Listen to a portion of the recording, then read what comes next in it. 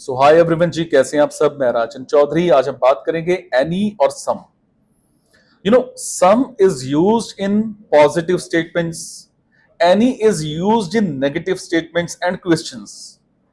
Positive, I want some bread. Negative, I don't want any bread. And question, do we have any bread in the house? Okay, there is an exception.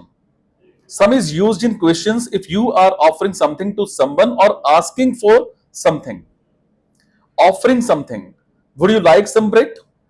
Asking for something, can I have some extra ketchup for my fries please? Okay, only use some and any with uncountable nouns and plural countable nouns. She wants some water. Water is equal to uncountable noun. He hasn't received any emails yet. For example, it means emails is equal to plural countable noun. So don't use some or any with singular countable nouns.